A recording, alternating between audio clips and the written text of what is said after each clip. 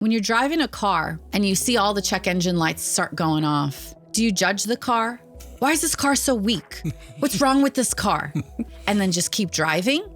That would be unwise, because eventually when you keep ignoring the signs, the car is going to break down. But we do that to ourselves. Soul care is about identifying the check engine signs. I am really excited about today. Do you know why? One of your favorite authors in all the world is sitting across from us right now. That's my guess. It's our personal therapist, basically. And I always get like this little tickle inside of me because you think she's going to do therapy on me. No, it's on both of us. But sometimes I do get like, it's exciting to me when somebody else enters into your lives and sees you in a whole different way of the areas you know that are tucked away, maybe you haven't dealt with, but she sees them and knows them and they can pull them out. And that's what Deborah Fileta does for us. I still think you're excited that she's going to fix me. That's what I think. No. Deborah Fileta is sitting over there. Welcome, Deborah. I don't know what you think when Let's you go, come Dave. in here. What do you think when you come in here? I need to fix this couple. I love the two of you so much, and your willingness to be fixed. Dave, you always let me in. Oh, yeah. does. And we have these really important conversations that I think not only help us around this table, but everybody else that can relate to some of these struggles and pain points that we carry. So I'm excited to be here. I love your authenticity, and I'm just looking forward to our conversation today. We're going to be completely fake today. No problems. We're wonderful, especially me. I mean, I don't know if there's any problems in our marriage, but if there are, it's her, not me. Yeah, we should Isn't turn that the what we tables all on again think? this time. Yeah, I'd be happy to.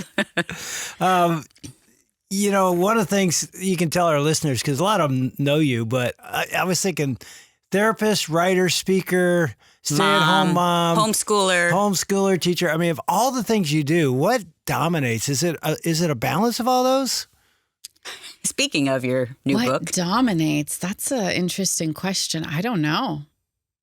I think this sounds so spiritual, but my love for the Lord, my walk with Jesus, my relationship with him, it dominates, as you look at like everything that I do has to flow from that place. Mm-hmm. And I'm not just saying that to be over spiritual. I'm saying that because when I get that wrong, everything's wrong. Yeah. When I get that off, everything's off. And so if we just stop today and that's all that was said, it would be the most important thing for every one of us. Yeah. And to ask that question, is that the most important thing? Is he the most important thing in my life? I knew she was going to say that because I've spent time with Deborah even walking from our studio to our lunch, and that's always our conversation has been Jesus. And do you think Jesus and your walk with him, is that what centers you in all those other areas? For sure. And makes them meaningful. To be honest with you, you think that writing a 7th book is going to feel amazing. You think that getting on a bestseller list or seeing someone reading your book at the airport is going to feel amazing, and you have all these goals and dreams, and then you get there. That felt good for a minute. All these things feel good for a minute, and then it's on to the next thing. So to me, Christ is what keeps all of this mattering. This is what makes it matter. Yeah. This is what brings foundation and meaning to all of it. Otherwise, it's really not that big of a deal. Yeah. Which really makes sense with your new book, Soul Care. Well, I mean, do you actually say soul plus care? No. Or is that soul just care. the plus sign kind of symbolizes like our need for medical attention. Yeah. When you think of like the Army? First of all, what do you think of the Army green? I like it. I'm not really a superficial person, but the cover is so beautiful. It's so beautiful. I love it. Me too. And I love the color, but I think the cross in the middle, the plus sign. By the way, we're on YouTube, so we're showing them. I know. I just did that. Go get it. Symbolizes And it matches your blouse. What's going on I know. here? I've been wearing army green since book launch, so it was like 14 days of green. But and you got a little Philly in you too, right? Yeah. Okay. The Eagles. Yep. Yeah, a little bit of green in there. But I'll tell you, I think it symbolizes the need for medical attention, the need to take care of ourselves. And I think sometimes we forget that and we run on empty and we're burnt out and we have too much on our plate and we get to a breaking point. You know, soul care is about identifying the check engine signs and signals. When you're driving a car and you see all the check engine lights start going off, what do? Do you judge the car? Why is this car so weak? What's wrong with this car? And then just keep driving? That would be unwise because eventually when you keep ignoring the signs, the car is going to break down. But we do that to ourselves. There's all these signs and signals that something's off. Frustration, irritability, fatigue, whatever it is, signs of burnout, but we just keep pushing through. We judge ourselves, but eventually something will break. And this is why soul care is so important. Well, it's interesting when you use that car analogy because my first thought, which is usually wrong with the flashing light on my dashboard, is there's something wrong with the light. I'm not kidding. I just keep driving like, oh, that's probably, I hit it like there's something wrong. I don't usually think it's telling me something. Don't we do the same thing with our lives? A lot of people do. And we just keep pushing through. We think something is wrong with the signal rather than what is this signal telling me? And let me pay attention and then respond to the signal. It makes me laugh because we've had fights about the engine light being on because I get a little anxious, like, we better get that fixed. And Dave can sometimes like, it's fine. It's fine. I can see it now. It's fine. But we do that with this area where one person might think there's something wrong and the other person can just be, maybe the person that's conflict avoidant can say like, it's fine. She's looking at me because I do that. No, I think we can all do that at times. But Deborah, you said soul care is really a prequel to your other books. What do you mean by that?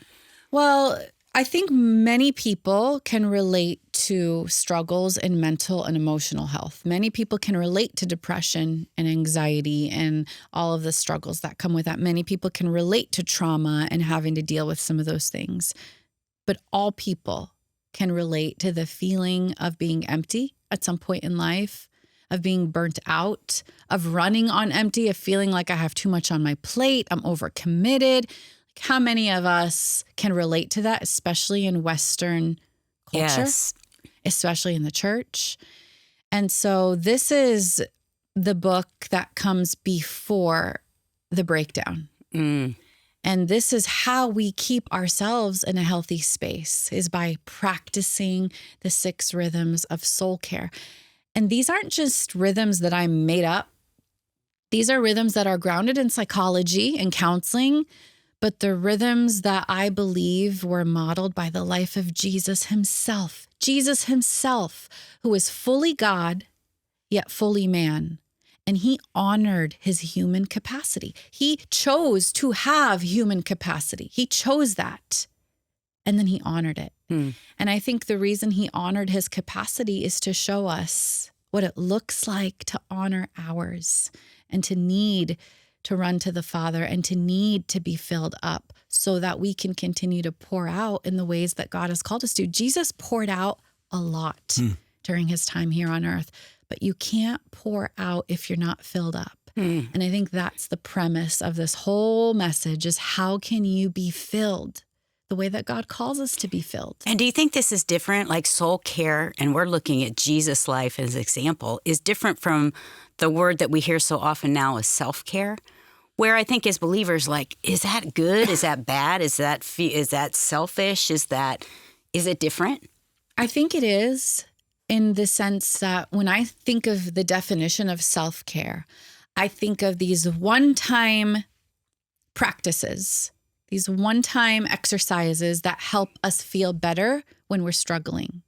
So things that'll make you feel better.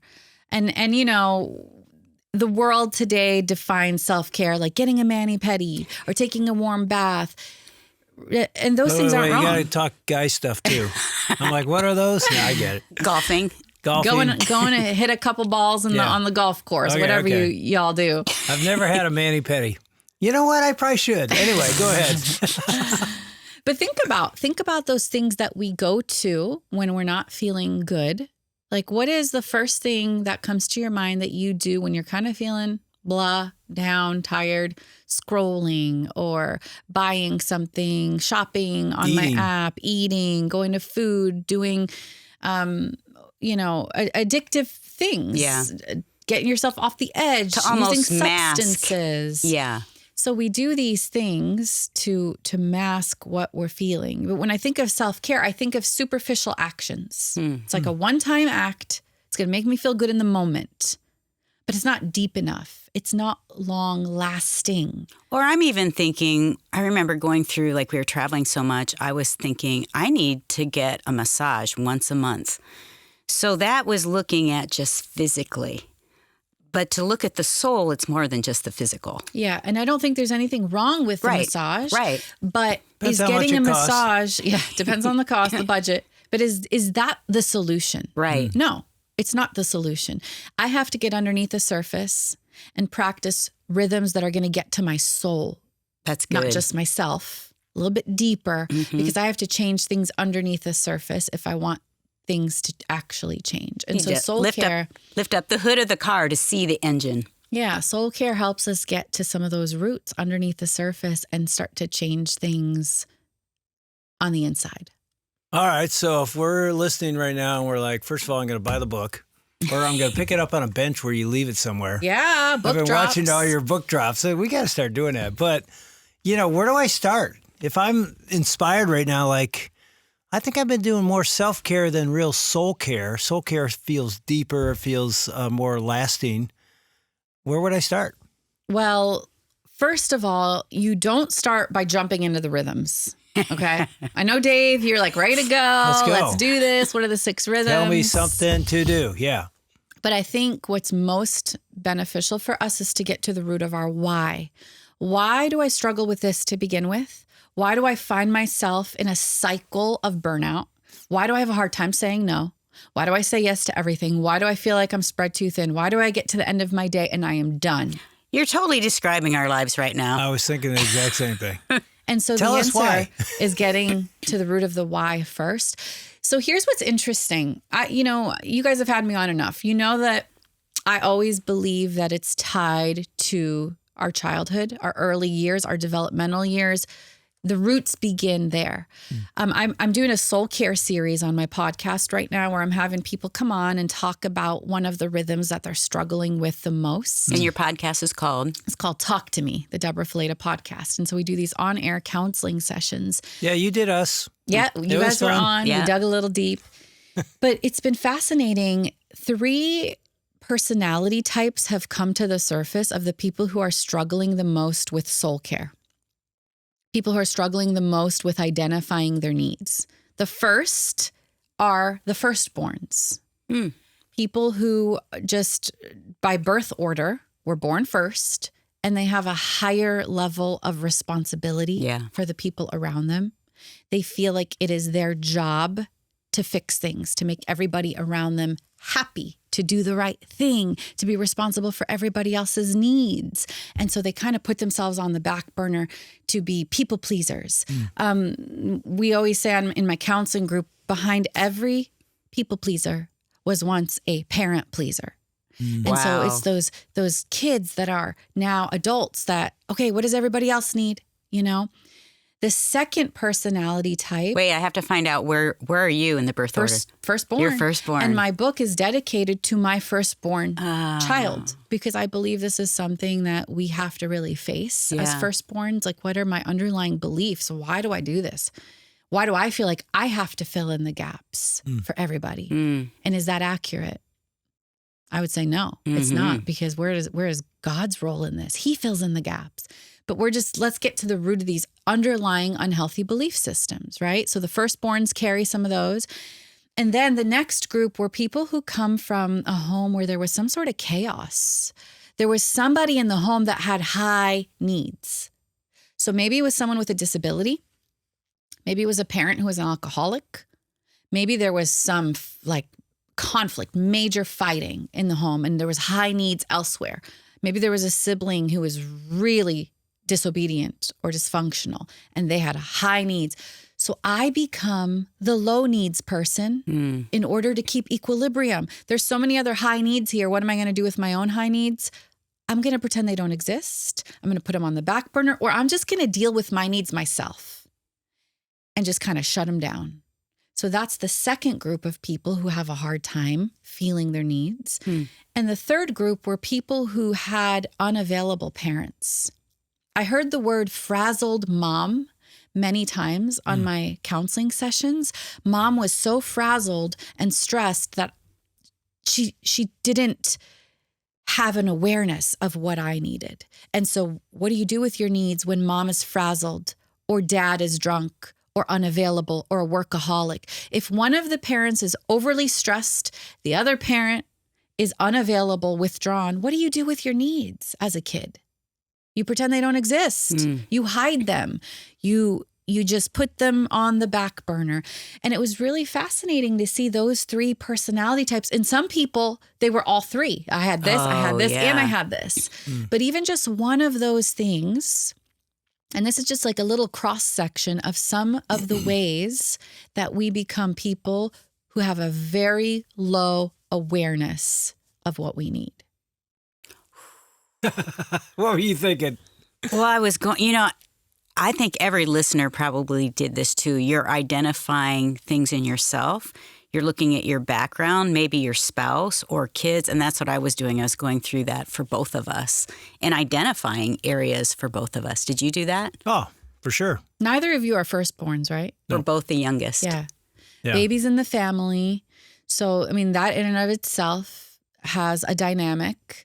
And depending on how much chaos was in the home and where you fell and felt like, are my needs, is there room for my needs? If not, what do I do with them? All that shapes you. And I was identifying with having a sister at the time. We didn't know it, but a lot of sexual abuse. High needs, very dramatic, always crying, yelling, like a lot of things going on. And I can remember probably being 7 years old, crying as I'm listening to the conflict in the house, saying, I will never be like that. In other words, I will never be that needy. I will never be that dramatic. I will never do that to my parents. So I was identifying like, so I just put all my needs aside and I will be the good girl. Exactly. The good girl. I can't even tell you how many good kids came up on the podcast, because I had so many submissions and video submissions that people wanted to come talk, but it was amazing that so many of them were the good kid. It's like, I'm the good kid. Yeah. I don't have needs. They don't matter. Other people are more important. I'll make them happy. I want my parents to be happy with me. Exactly. And then we just carry that through life. Yeah. And the people around us until we break down. This doesn't last indefinitely. You cannot do this forever because something has to break at some point if you're neglecting yourself. Another thing, I think Christians worry about being selfish. Yes. I don't want to be selfish. I don't want to focus on me. But self-obsession is not what we're talking about here. And what's interesting to me is self-neglect also has the word self in it. Because when you neglect yourself, you're so empty and depleted. Think about a time in your life where you were just feeling at the lowest point, empty, depleted. I got nothing left. The only person you can think of in that moment is yourself and how awful you feel and what everyone has done to you. Oh, yeah. You become the victim, the center of your world. Yes. So in an attempt to not be selfish, we self-neglect, which leads us to a very selfish place. So I don't think that's the biblical model, is just to self-neglect because I don't want to be selfish. And yet often that's what you hear preached again, I'm a pastor, so I'm not ripping on pastors, but you read the Bible and you think, it's not about me. I give my life away to serve others, lay down my life for others. Which is all good. And so when true. you hear self, there's often a reaction by the Christ follower. We're like, no, I'm not supposed to think that. And Die I don't to matter. yourself. Right. And so you lay down yourself constantly, and then you are empty and depleted. Right. And frazzled and frustrated and mean and so many things. So what do you say to a person that says that? I mean, you already said it, I guess. Well, let's just look biblically. I think the Bible says that Jesus came to give us life abundant. And other translations say life in all of its fullness. Fullness. Do we resonate with that? It is the enemy who comes to steal, kill, and destroy. So that's one passage John 10:10. that I cling to. Yeah. Fullness. I want life in all of its fullness. Another one that comes to mind is in 3 John, the first chapter, where it talks about, I want you to prosper in every way, even as your soul prospers. Is your soul prospering? What does that look like? I think also of the great, when the disciples asked Jesus, what is the greatest commandment? And he says, love the Lord your God with all your heart, soul, mind, and strength, and love your neighbor as yourself. And I know there's some controversy with that verse and what it means, but I believe Jesus is bringing balance to this idea. Jesus could have said, love your neighbor, do not love yourself. He could have said, love your neighbor, and then I want you to love them more than yourself. But he didn't say that. He could have said so many things, and he said, love your neighbor as you love yourself. I believe the assumption there is that we are going to be good at loving ourselves. The problem is trauma enters the picture. Satan enters the picture. Lies enter the picture. And so many people come from a trauma background where they don't love themselves. They're filled with shame. They're filled with hatred. And they self-sabotage. They bring everybody around them down with them. So I believe that Jesus wants us to keep this balance of like, you have to care for yourself. You have to honor this temple. Jesus says that we are the temple. Like, how seriously do we take that? If I am his temple, how do I treat the temple? Like, forget calling it yourself. If that bothers you, you are his temple.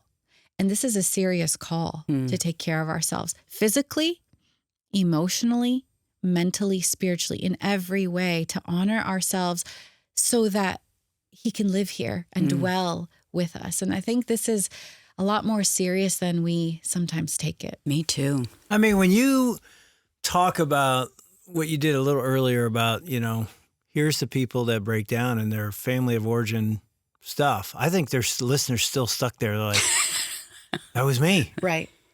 I'm not sure I identified that till I just heard Deborah say that. I'm like, I came from this family. I mean, my story. I had 2 alcoholic parents. Right. So a lot of chaos. I was your second and third, and I became the super child. I was gifted athletically, gifted musically, so I ran to that. And it was like, I'm not going to be a problem for mom and dad who are drunk, and they're getting divorced, and my brother just died. I'm just going to go out and win, I'm going to become great. And I've still done that. Right. Everywhere I go, I'm like, perform.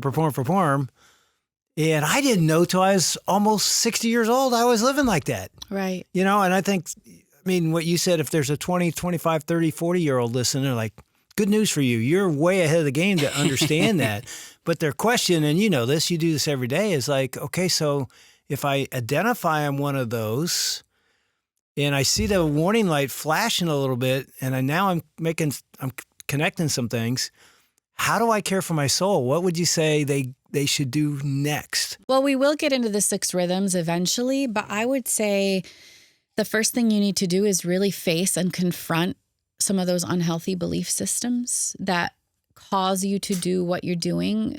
Those things that tell you have to be the one to fix everything. You have to be the one to fill in the gaps. It is your responsibility to care for everybody else and their emotional needs. If you don't do it, nobody else will. All of these belief systems are rooted in our trauma. They're not rooted in God's truth.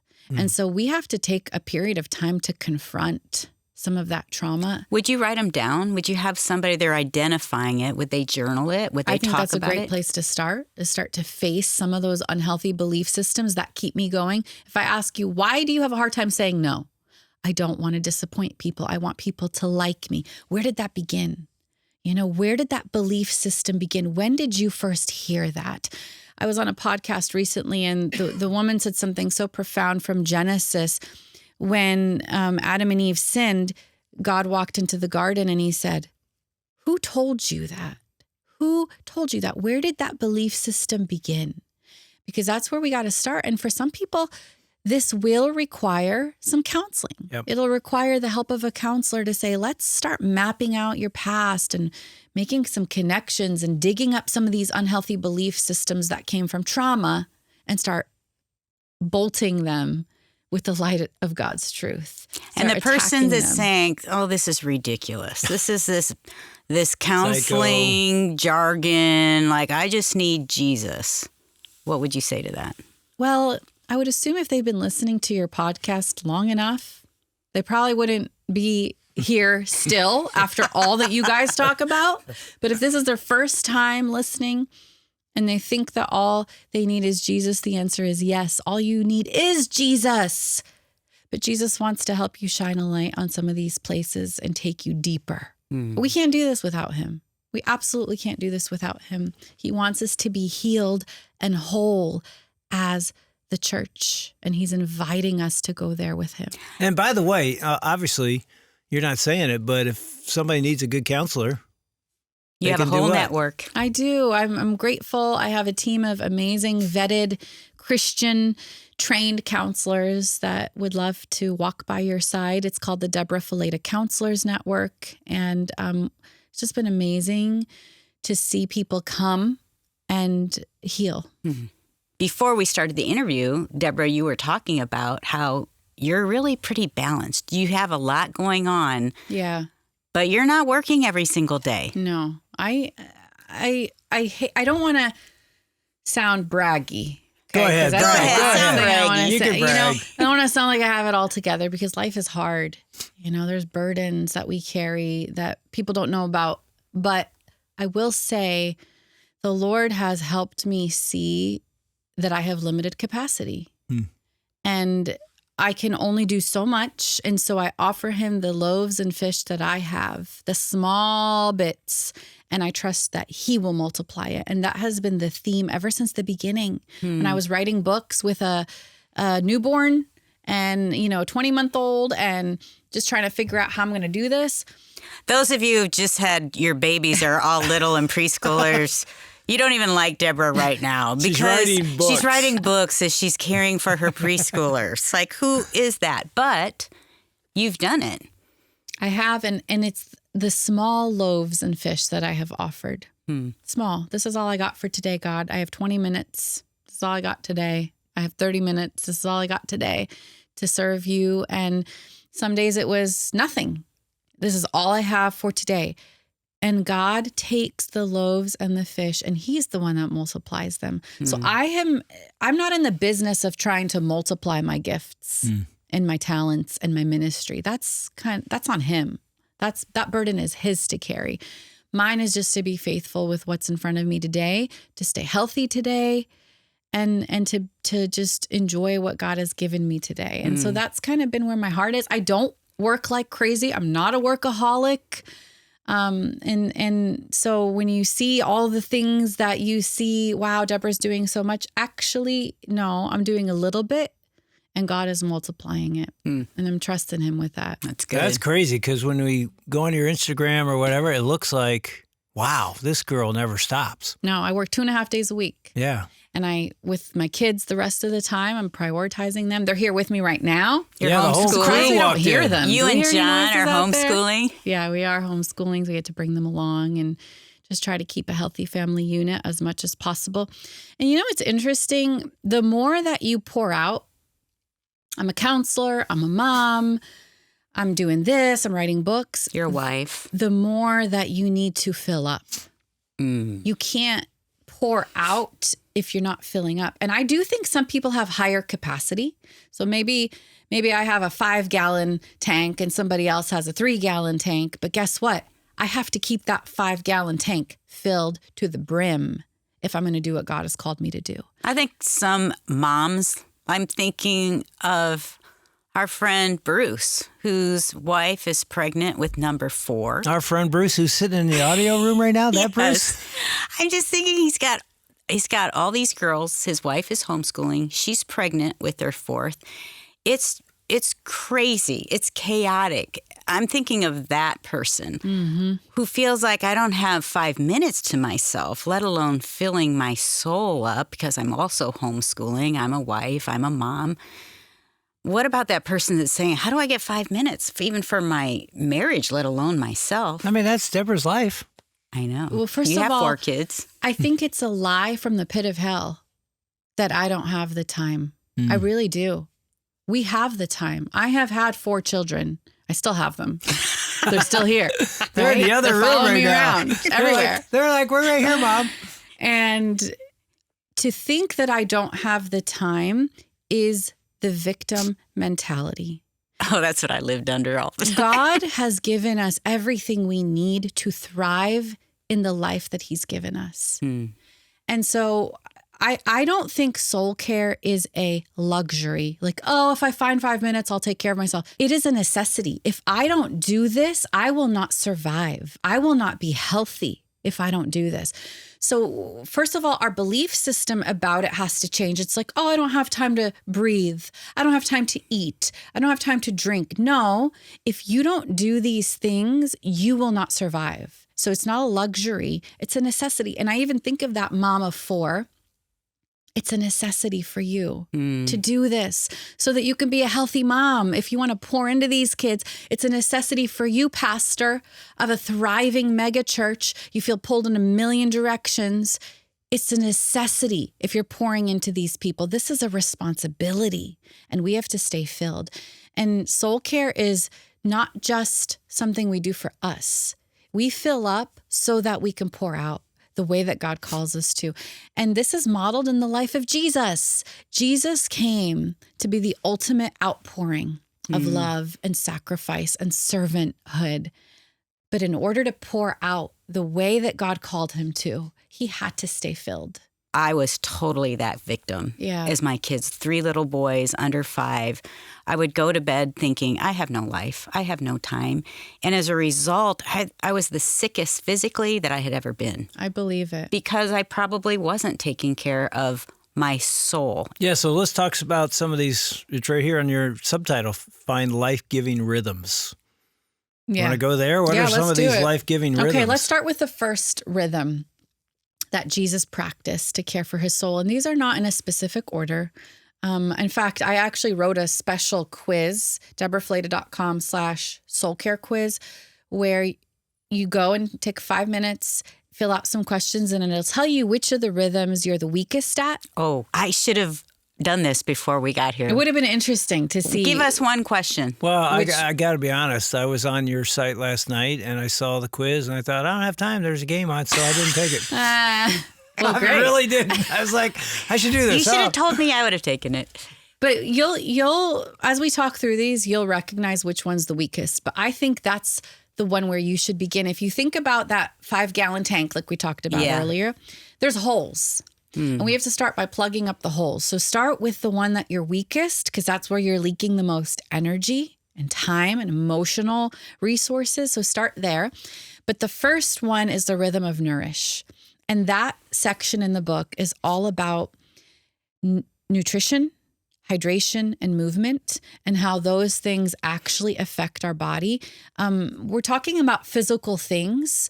And some people are like, well, why are you starting with physical? Is physical really that important? Well, you cannot go to Judea and Samaria and the ends of the earth when you're sick and tired and fatigued because of your own self-sabotage, your own neglect. I was on a ministry trip where I hadn't had a sip of water for like a whole day because I was filming. This was a while back. And the next morning I woke up and my heart was racing like you wouldn't believe. I woke up and it was like 180 beats per minute. I had this really abnormal tachycardia episode, and tons of cardiology tests later, even heart surgery later, they've concluded that it's a combination of my hormonal imbalances throughout the month plus dehydration. And it's funny because dehydration is something we don't think about, but I could have sworn this was a spiritual attack. This is Satan himself coming into my hotel room. But how often do we blame it on spiritual warfare when we haven't eaten, we haven't drank, we hardly move, we're not taking care of our physical body, and we're saying it's the enemy when the enemy is like, I don't have to do a thing. I can sit back here because you're doing a great job sabotaging your life and your ministry by not taking care of this body that God has given you. Do you think we're more neglectful as believers sometimes because we're so concerned about the spiritual part of our lives? I think that doesn't feel as important? I think so. And I think we counteract the fact that the world obsesses over body so that we almost like, let's just ignore it altogether. But Jesus did not ignore his body. Jesus took the time to eat healthy foods, whole foods, nutritious foods. That's most of what they had back then. He took the time to stop and say to his disciples, come and eat breakfast. Like, let me prepare food for you. He made it for them, yeah. Because you need to eat. I think of my Middle Eastern mom who's like, come and eat. It's always like, come and eat. Make sure you're eating. Make sure you're nourished. Jesus took the time to stop and drink. You talked about the woman at the well. What caused him to be there is that he was thirsty and needed to stop for a drink himself. He didn't neglect his own needs. The disciples went off to get food. For him. Like, go get some food. We need to eat. And Jesus took time to move. And, you know, back then, there wasn't cars. He wasn't royalty, so he didn't have a chariot. Biblical experts have theorized, looking at scripture, that he probably walked about 40,000 steps a day. Whoa. Which blows my 10,000 step goal out of the water. But do you know that 20 minutes of brisk walking per day increases your serotonin and dopamine levels almost to the level of an antidepressant?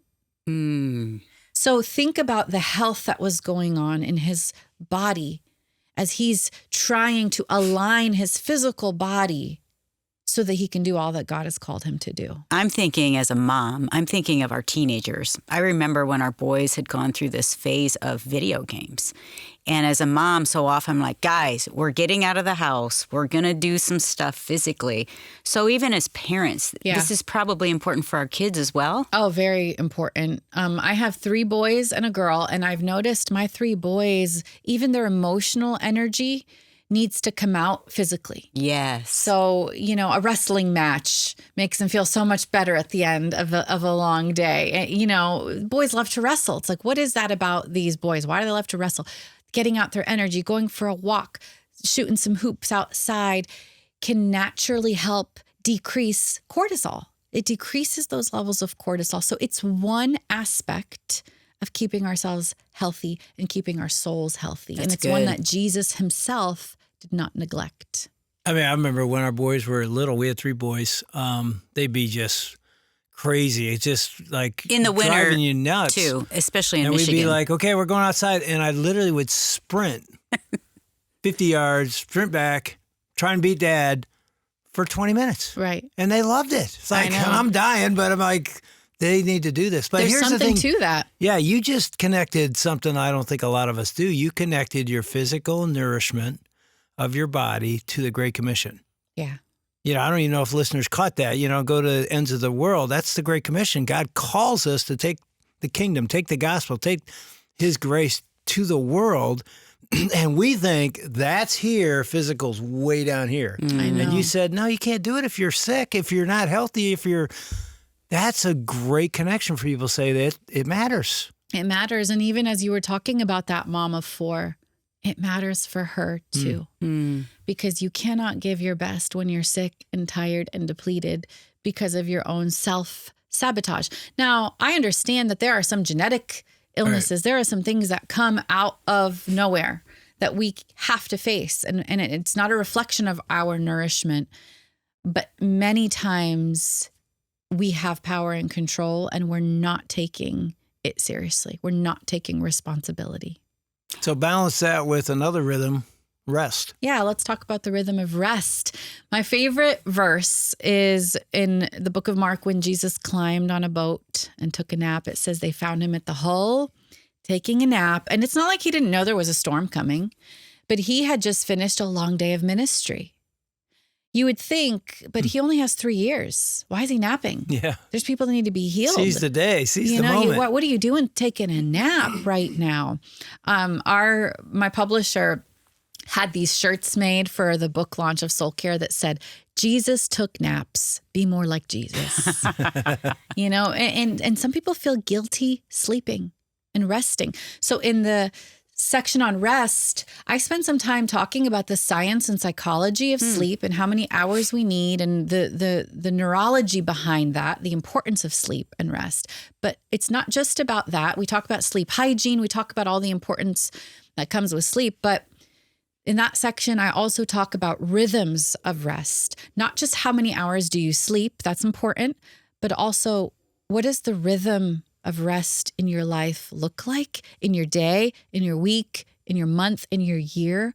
I talk about this concept of living at 85%, which means giving yourself margin with your energy expenditure.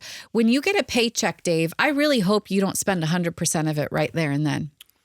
No, but my wife does. I don't believe it.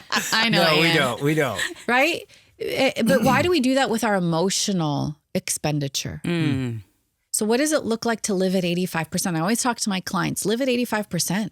Give yourself some margin for when other things come in and you need to expend energy on certain things. And here's what was interesting. I talk about the concept of living at 85% to a lot of my clients. And when you look at the 7 days a week that God calls us to work, 6 days work, 1 day rest, that comes out to exactly 85 point a couple numbers %. Interesting. I thought that was fascinating. Yeah. I was like, it's right there in the scriptures. But 85%. What does your life look like as you look at your schedule? Do you have that type of margin in your life? Give an example of what that could look like, even for your own life. Well, I think of all the evenings we have in a week, right? How many of those are dedicated to rest? To things that are going to restore and fill you up, not just output, but input. Think about your weekly schedule. What's dedicated to input versus output? Think about the things that you say yes to as you're planning out your year and where you're going and what you're doing and how much work you have. Where do you put limits in order to make sure that you're not desperate for vacation because you're about to die? We don't want to get to that point. We have to be living with this level of energy that gets us to vacation. Like, okay, this is a nice treat, but it's not like I was going to die if I didn't get it, So it's balance. It's living at 85%. And that means saying no to a good 15% of what's on your plate right now. And I'm guessing as you even counsel people and you have the whole team of counselors, you tell me, don't most people live their lives like they live their money? Most people spend 120%. They go in debt. That's pretty common for the average American. Yeah. They're in debt. Yeah.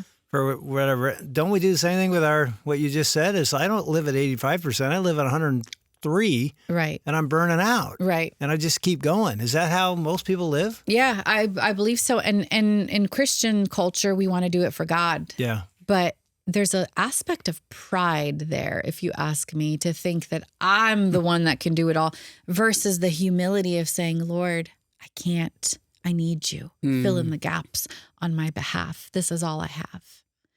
Jesus himself took time to rest. How much more do we need to take rest seriously? Does rest look different for different people? Yeah, I would imagine it does. I think sleep is a basic component, 7 to 9 hours minimum. Assessing your sleep hygiene. What are you doing at night? What's keeping you up? I think that's a basic thing. But I also think rest meaning things that fill me and give me energy and make me feel balanced rather than depleted. And that's going to look different for everybody. We'll get into that a little bit more in one of the later sections. I told Dave last night I was exhausted physically and emotionally. And part of that is just doing 6 interviews in the day. And I told him, like, I had 16,000 steps last week on, I think it was a Saturday. And I power washed the driveway for 3 hours straight. I did too, just in case you're wondering. Yeah. Okay. But I said, I felt energized after that 16,000 steps and doing the power like that. I love physical kind of labor. It restores me. But yesterday I was feeling so depleted. I had to go to bed early. So that's what I mean. Like, it seemed like I was working, but there's certain physical work that I love it. It gives me energy. Right. I think that makes sense. And I think when you work in a job where there's emotional output, sometimes the physical can be what fills you versus if you work physical labor jobs, sometimes you need the balance of having the emotional, relational to fill you. And so it does look different for everybody. Rest does look different, but I do think it's something we need to seek God on and make sure that we are prioritizing sleep and boundaries as far as having margin in our life and rhythms of rest. That's good. I mean, is one of the 10 commandments we break more than any other Sabbath? I would imagine that's the easiest one to just skim over and skip. Like, how many of us really take a Sabbath and focus on getting filled up and just having the humility to know I need to stop and trust that God is going to keep moving while I stop. And what does it look like for us to have that mentality of humility? That's good. Well, I mean, it's interesting to me, and I've preached on this as a pastor at times, of, the 10 commandments. If you're God and you're like, the 10 most important things I need to make commandments. Yeah. I don't think anybody thinks rest makes the top 10. It's important. Top 50 maybe, Murder's top 20. definitely up there. But are you like top 10? And so if God says rest, take a day. He wants us to be in it for the long haul. Yeah. And he's given us rhythms, formulas to show us what that looks like. Okay, we've covered some. Let's do one more. Maybe the rhythm of protect, because we just talked about boundaries. Yeah. And I think people don't often assume that Jesus had boundaries, but Jesus said no and not yet on a regular basis. Jesus was not concerned with what people thought. I think people pleasers are the ones that struggle the most with boundaries. Like, why do you have a hard time saying no? Because I don't want them to think this or that, or to assume, or to get hurt, or to be sad. But when you know your calling, like, this is what God has called me to. When I think of the word protect, I think of boundaries. I think oftentimes Christians think that boundaries are wrong. It's wrong to say no. But protecting is taking care of what you've been assigned, what you've been called to. I'm protecting my calling. And when I know my calling... You're good at this, Dave. I feel like this is one of your strengths. In what way? You put boundaries around your life. You'll say no to people, no to things. I struggle with that a lot more than you do. And I like that you do that because I feel like it protects me too. Yeah, but I would ask this of Deborah is I think that's true about me, and like I protect our marriage, I protect a lot of things that are, critical in my life. I don't think I'm real good at protecting my soul. Yeah. I run. Yeah. I don't put boundaries to say, you know what, I'm running too hard. We're running too hard. Because you protect what you think matters. Oh. Right? It's like, I have to protect my wife and my family. She's doing it again. That went deep into me. She went into my soul. We protect the things that we think matter. But think about your view of self. And I know enough about you at this point, Dave. You're a low needs guy. You really are. Yes. And I think that does go back to some of that chaos. Yeah. And I got low needs, but I'm going to take care of Ann. I'm going to take care of our marriage. I'm going to take care of our relationship. And so it makes sense that you protecting yourself doesn't make the list of priorities. Yeah. But if you think about you protecting yourself also protects your calling, what God has called you to, who God has called you to. It just changes how you think about it. So we protect because this is what God has called us to. Yeah. And we've got to do a good job with it. The disciples were like, Jesus, you're wanted. Come over here, do this. And he's like, nope, I'm not going back there. I'm not going back to Capernaum. I'm going here. We're doing this next. This is what we're doing because I know my calling. And so Jesus protected his calling. He protected his heart. How often did he withdraw to lonely places just to be with the Father? It's like, so many people need me. I know, but I need to be filled with the Father. Do we protect our relationship with God? Do we protect those hours, those moments? Do we protect that time because we realize how important it is? Jesus knew he could not do what God had called him to do without being filled. How about protecting our soul and our life from sin, from temptation? Is that part of this? Because even as you're saying that, I'm thinking, I was a pastor for 30 years, and I'm watching pastor after pastor, and not just pastors, fall. Yeah. They're running hard. Everybody in their congregation's like, I want to be like that. And nobody knows that in the dark, right, there's sin going on, and probably because they're trying to fill themselves up with something that's empty. Exactly. But is that something you think about too? Is I got to protect this area of my life as well? Well, I think the people who are the most susceptible are the ones that are the most empty. 1000%. When I look at even addictions that come up, this is empty people who are trying to fill up with all of these unhealthy things. Empty things can't fill empty people. Define empty. Well, let me ask you a question back.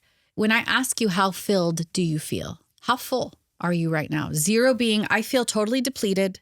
I have no emotional energy. I'm tired. I feel spiritually run down. 10 being, I feel filled to the brim. I feel overflowing. I feel filled with God. I feel filled in relationships, all these rhythms that we're talking about. The closer you tick towards 0, the more susceptible you are to sin. I have never met an addict who said they felt 10 out of 10 in their fullness.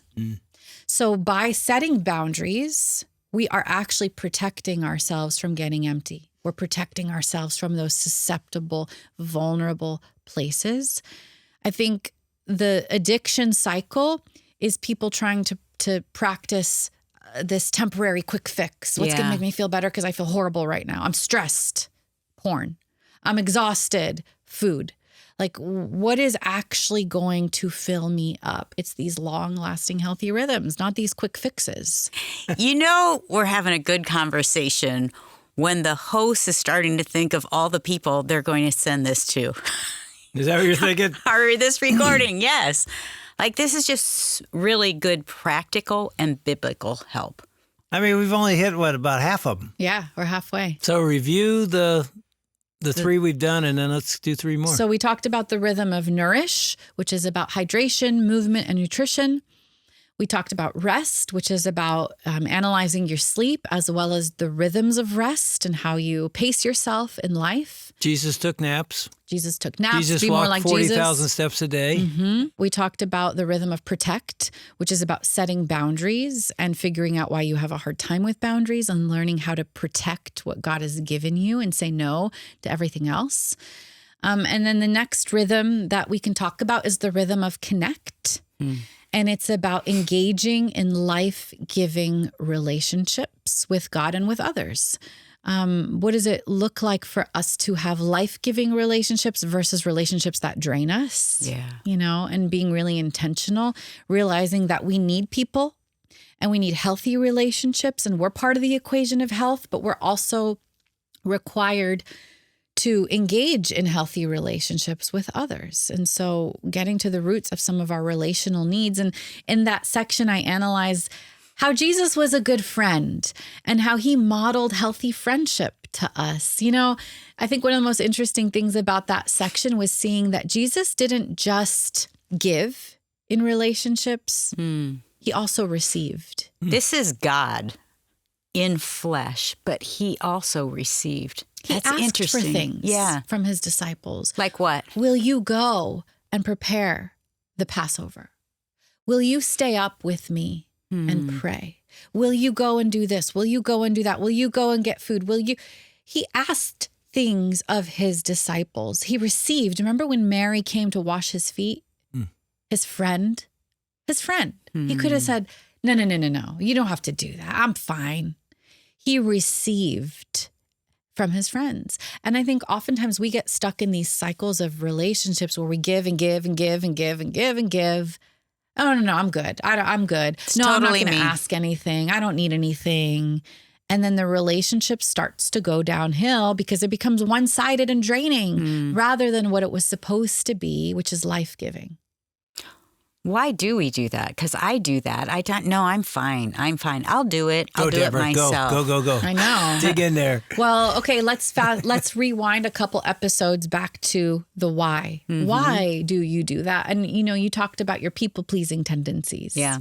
And not wanting to put things on people. And again, there is that I'm going to please them. I'm going to make sure they're okay. I don't want to burden them. I want everybody's life to be easier. Yeah, I don't want to ask something of them. I don't want to put something on them. I'm just going to take care of it myself. Right.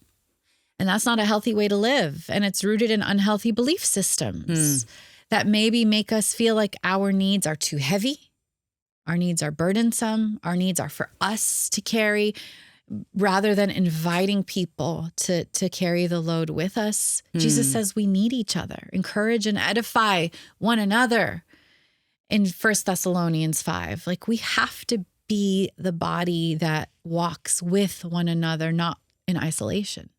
And I have to think too, like when Jesus asked them to do things, he could have done it himself easily. He could have done it. He could have done it just spiritually. He could have made something happen. If he's multiplying fish and loaves, he could have just made something happen. And yet he asked and showed a need himself, which is growing the disciples too. I'm thinking when somebody asks me to help them, I love it. Yeah. In terms of, they need me. Yes. And I like that. And it's growing the relationship. Exactly. Because with vulnerability, that's it. Comes intimacy. That's it. And if I don't have vulnerability of here's what I need and I'm just focusing on your needs, you don't get to connect with me. You don't get to have intimacy with me. And I think in being vulnerable, he invited them into intimacy with him. Yeah, that's good. I mean, when you talk about connecting life-giving relationships, is it important to analyze how different people in our life impact us? I remember a book I read decades ago by Gordon MacDonald called, I think it was called Restoring Your Spiritual Passion. And he had, and again, I won't go into all details, but he had 5 different types of people that you spend time with. And he said, you need to analyze how they affect your passion for God. Yeah. And he said, if you're with he called a VRP, very resourceful, a mentor, you spend time with them, you get in the car to go home, you're like, wow, I'm filled. I'm ignited. They ignited my spiritual passion. Great.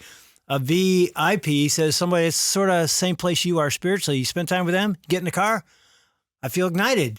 VTP, very trainable person, somebody you're pouring into, somebody like you're helping them grow. You get in the car, I'm fired up. It was like, I don't even realize it, but that time with them energized my soul. He said, but most of our time, I've never forgotten this. He said, most of our time is spent with VNPs and VDPs, very nice people, very draining people. Yeah. He said, you're with nice people, they're really nice, but when you get in the car, you're like, I feel sapped. Right. And draining people, I'm drained. You see their number come up on your phone, you're like, I don't even want to take this call. Right. And he says, we spend more time there because we feel like we're called by God to help others, so that's my cross to bear. He goes, you definitely are called by God to help people that drain you and are nice. You need to pour into them, but if you analyze your life and all your energy is there and you're never getting filled by your connections, it's not going to do well for your soul. Agree? Exactly. 1000% agree. And I talk about what that looks like and how to assess healthy relationships and which ones we might need to purge from our life or set boundaries with or love from a distance. And Jesus even did that. Jesus had circles, Yeah. Imagine how many people needed him. How many people were crying out for attention and intimacy and closeness with him. He didn't say yes to everybody. He said yes to the chosen.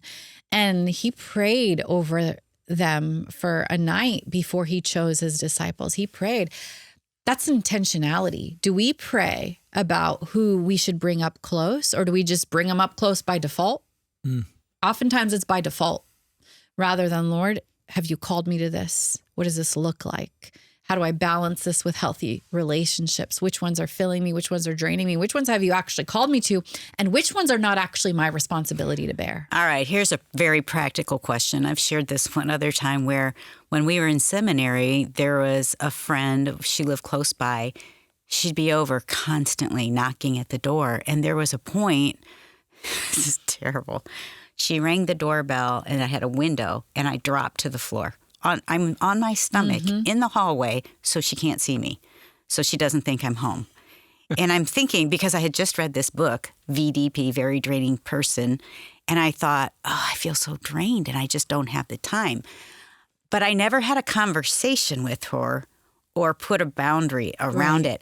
I don't know how to do that as a believer without it feeling harsh. Yeah. What could that conversation look like if I'm trying to put a boundary there? Yeah. And that's exactly what we need to learn, is that boundaries can be kind, firm but kind, And so once you have determined what relationships are permanent and what relationships need to be more of a distant, once you've determined like where these people fit into your life, because this takes discernment and prayer, having a conversation with someone like, hey, I love you. I appreciate you. I love our time together. But I've also realized something about me is that I get drained very quickly.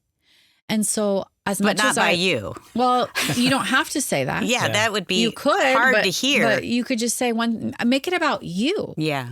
One thing that I have realized is I get drained really quickly in relationships and I need to make time for alone time. I need to make time for things that fill me up. So I'm not able to spend as much time with you as I would like and maybe as you would like.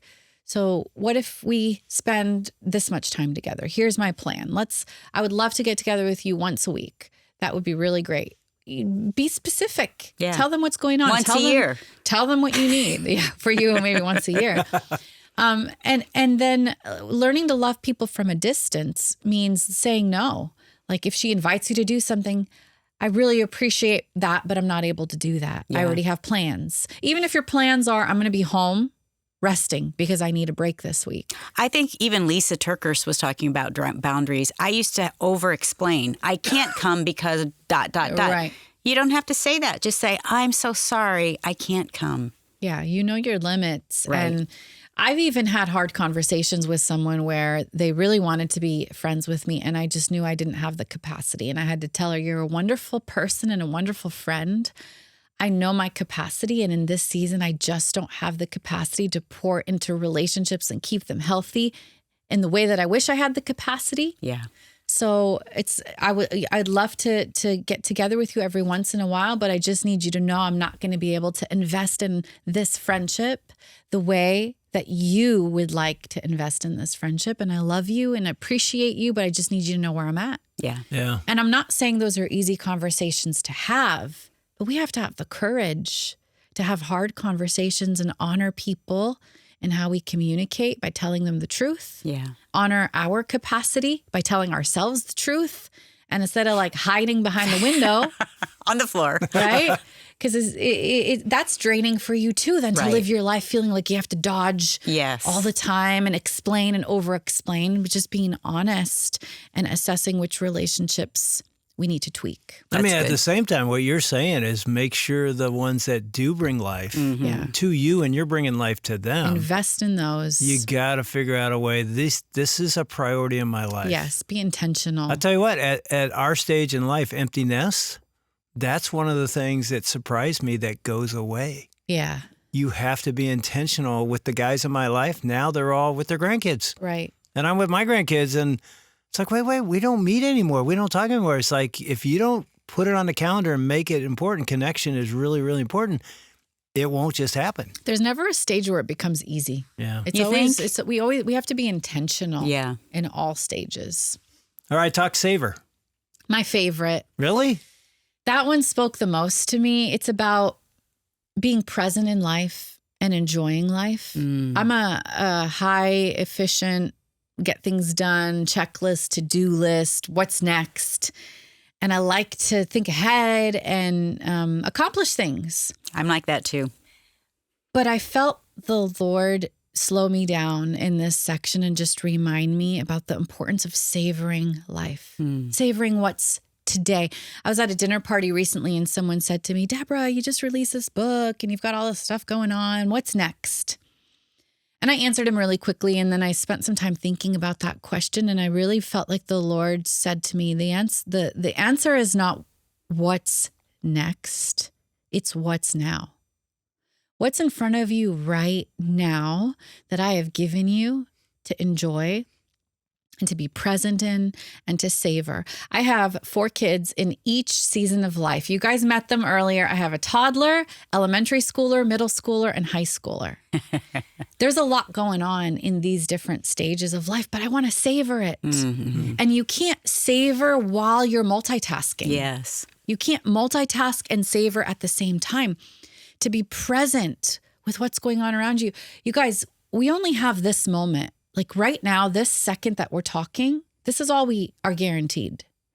And to be able to be present in it and to be mindful of the gift of relationships, the gift of serving God, the gift of helping people heal in this moment. Are we really enjoying the moments that God gives us? How do you do it? Because I'm looking at your life and I'm like, you are multitasking, but somehow you're not. Well, there's moments of being intentional to savor life.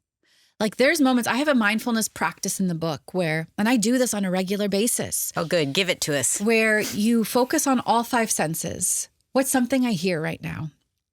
And then I say a verse like, Lord, open my ears so I can hear your words. And what's something I hear? Maybe I hear the birds outside and I say, thank you, God, for nature.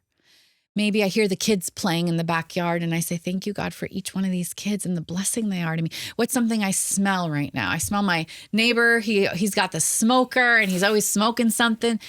Thank you, God, for the blessing of good neighbors and good food. Thank you for the sense of smell. Help my life to be a pleasing aroma to you. What's something I see? What's something I taste? What's something I feel? And just being present in what God has given me right here and now has been so beautiful. Learning to enjoy life and not worry about the future or have regrets from the past that are so distracting. This is a mind game, Dave. Totally. This is a mind game of learning to just be in what's in front of me right now. You know, I thought as you said that, I thought this kills that. Oh, doesn't Our it? phones and devices. As you were doing that, my watch went bzz. Doesn't it? I'm like, oh, there it is. It does. I want to look and see what's that little notification. It's hard to be in the moment when there's that distraction. Jesus was so good at enjoying life.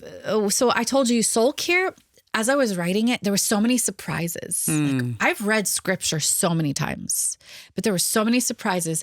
Matthew 13, verse 1. I guarantee you've never heard this, even though you've read the Bible multiple times. Okay. 13, verse 1. Do you know it, Pastor? No. I'm trying to remember what's happening in Jesus' life right there. He had just finished teaching anyway, go ahead. It says, Jesus left the house and went and sat by the lake. Period. Look it up. There's your Bible. Yeah, I believe you. Jesus left the house and went and sat by the lake. Have you ever seen that one before? No. I Isn't know. it funny how you just don't stop there? How did Why? you find that verse right there? Just reading scripture through the lens of soul care. I was studying the life of Jesus and the Gospels. What did he do? Why did he do that? Why is that even in there? And I just imagine him after a long day of ministry in the house with a lot of people, and he just went to sit by the lake. I love bodies of water. I love nature. And Me just too. how it fills you up being in God's presence. I can just imagine him just having a moment, breathing in the salty air and just saying, thank you, God. You know what the next verse says? Yeah.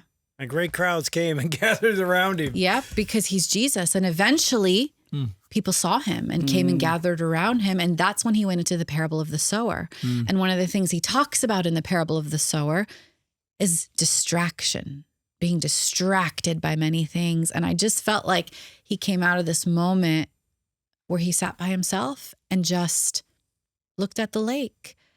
But he's Jesus. Obviously, people saw him and they gathered around him. But just think about, Jesus went to weddings for the joy of it. Yeah. Jesus had meals with his disciples for the fellowship. Jesus sat by the lake to just connect with God for the glory of who God is and what he was doing, and took moments to savor life and be present in what was happening here and now, even though he had the burden of what was to come. For me, it's nature too. I go on a walk and I purposely don't take my phone at times. I don't take headphones so that I can look at what God has created. And then I'll just praise him. Most of the time, one time I was walking and I was going through this list of all the things that were wrong, and I could seeing all these cracks and stones in the sidewalk where I was walking. And I felt this impression, look up. It was just that simple, just look up. And I looked up and it was fall in Michigan. I mean, it was gorgeous. The reds, the vibrant colors of the trees changing. And I thought, that is so important for me to do. I can get so lost in my to-do list of what's happening. And God's just saying, enjoy. We did it last night. We went for a walk. We did. And Ann said, oh, yeah. As we were leaving the house, there's houses we could see. He goes, wait, when we get around this corner. I said, don't miss it. Don't miss it. Look, I'm like, what? Wait till we get around this corner. You can't see it right now. There's a house in our way. Turn, and she look, and there's clouds and the pink, blue. It was gorgeous. She's like, to God be the glory. It was just a 5-second savor. Yeah. Be fully present. And it reminds you of who God is and who you are. Another practice in that section of savor is gratitude. Yes. And learning to have rhythms of gratitude and thanksgiving and just thanking God. Gratitude changes us. Totally. Changes our neurology, our chemicals, but it changes our hearts. Just being grateful for all that's around us and the many gifts, I believe, is a way that we really fill up. Yeah, and you can't have unspeakable joy without gratitude. No. You can't do it. It's part of the process. Okay, we have just a few minutes. Tune in. Tune in is the section about emotional health and emotional awareness, understanding what's going on underneath the surface of our lives and the different emotions that we have. I've talked about this in other books in a similar way, but the fact that Jesus had all of these different emotions. Biblical scholars identify 39 different emotions that Jesus had and expressed in Scripture alone. And he responded to the signals of emotion. He didn't ignore it. He didn't repress it. He didn't numb it. He saw the emotion and he responded in a way that honored God. So our emotions aren't bad or good. Like we talked about in the very first episode, emotions are a signal. They're the SOS our body sends us to pay attention. Maybe frustration is actually a signal telling you, Anne, you should have set some boundaries a while ago. You should have said no to this. You know, what is the signal and what is it telling me? And then how do I respond to my signals in a healthy way? Jesus responded to the signal of grief with thanksgiving. Jesus responded to the signal of exhaustion and weariness by stopping to rest. Jesus responded to the signal of anger by moving forward in acts of justice. He responded to the signals his body was sending him. But so many of us tune them out, ignore them, numb them, pretend they're not there, think they're a weakness. And so the section of tuning in helps us stay filled because it helps us stay aware of the SOS system and how to respond in healthy ways. Wow, that's deep. So good. I mean, one of the life-changing moments in our marriage, and it wasn't a moment, it was over a journey, was me tuning into where's this anger coming from? Yeah. When I preached on it, and this is how you think, I had an extension cord wrapped around my waist, and I said, you gotta find it's plugged somewhere, and it was a dashboard. I don't know why I'm mad. I'm gonna get mad at the light that I'm mad at, rather than going, this comes from somewhere. And when I tuned into that, it changed our marriage. And this was 35 years ago. You became a different person. Yeah, because I realized it was displaced. It was chronic. It was connected to my dad. It was connected to my trauma. And I had never really dealt with it. And then you have to go, okay, God, I need to heal. Right. Help me go on this journey to understand it and get free of it. I go into depth in that section about triggers and where they come from, these emotional sore spots, where they might be coming from, how we can go back and heal. Like you said, unplug from trauma and plug into truth and what that looks like to go on that journey. So this is why this is different than self-care. Yeah. This is not just going to shoot some hoops or get a manicure, pedicure, a mani-pedi, in other words. Dave, you probably don't know that language. I've heard it. But this is deeper than that. It's going underneath the surface. It's practicing healthy rhythms. It's staying connected to the source of our fullness and partnering with him to practice these things that are going to keep us filled so that we can continue to pour out. Jesus tells us to be a light that shines. You know that song in second grade, "This little light of mine won't let Satan it out." What is the opposite of a light that shines? It's a light that's been burnt out. It's a light that's been snuffed. And too many people in the church are living with a light that is flickering or has already been snuffed. Yeah. And I don't believe that's how God calls us to live. I think a great application too, Deborah, would be to buy your book, go through it as a small group, because you've got a lot of practical things and questions to answer at the end of each chapter. This would bring you, to me, I'm thinking this would be so fun to do with some of my friends. I think so too. And to talk about it, to go through it. And then we can even apply it to our marriages, to our kids. We could talk through that. Thank you for helping us. This has been so good. It has been my privilege. My dream would be for every pastor, leader, caregiver, anyone that considers themselves someone who has to pour out. Yeah. My dream would be for them to get this book into their hands so that they can begin to fill up and pour out from filled places rather than empty places. Wow. We should do this together. I'll do it. Let's do it. I'll do it. Okay. I'm in. Thanks for watching. If you enjoyed that interview, you don't want to miss any. We upload these every Saturday. You need to subscribe and you won't miss a single one. So subscribe now and we'll see you next week.